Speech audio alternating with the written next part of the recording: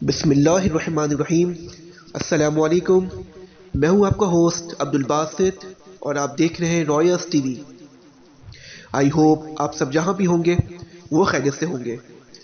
तो नाज़रीन किराम, पाकिस्तान में आया एक और बहरान। जी हां, पाकिस्तान में पेट्रोल का बहरान चल रहा है, उसकी भी स्ट्राइक होने वाली है, लेकिन इसके बाद एक और बहरान सर उठा चुका है। वो बहरान ये है कि पाकिस्तान में गैस की लोड शेडिंग हो रही है। पहले सुना जा रहा था कि इलेक्ट्रिक की लोड शेडिंग होती थी, लेकिन अब गैस की भी लोड शेडिंग चली है काफ़ी सालों से। दरअसल मैं आपको बताऊं कि क्या रिक्वायर्ड है, हमें कितनी गैस रिक्वायर्ड है पर डे, लेकिन हमें कितनी मिल रही है उसका मैं आपको थोड़ा सा तफसील बताना चाहता हूँ।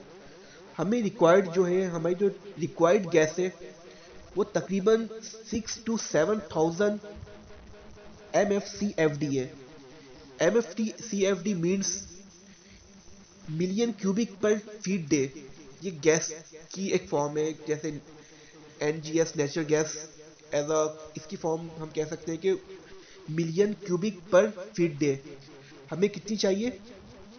6 to 700। और हमें कितनी मिल रही है?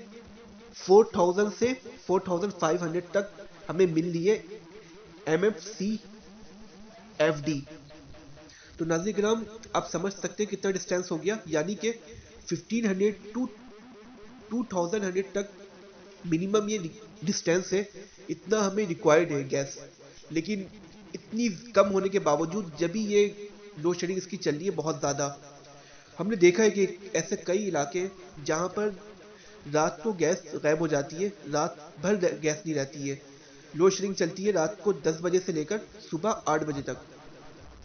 तो आप सोच सकते हैं, समझ सकते हैं कि कितना लंबा डिस्टेंस है ये। जो बेचारे अवाम परेशान है महंगाई से, पेट्रोल महंगा और उससे परेशान है। अब अवाम एक और चीज़ से परेशान होने लगे, वो चीज़ है गैस।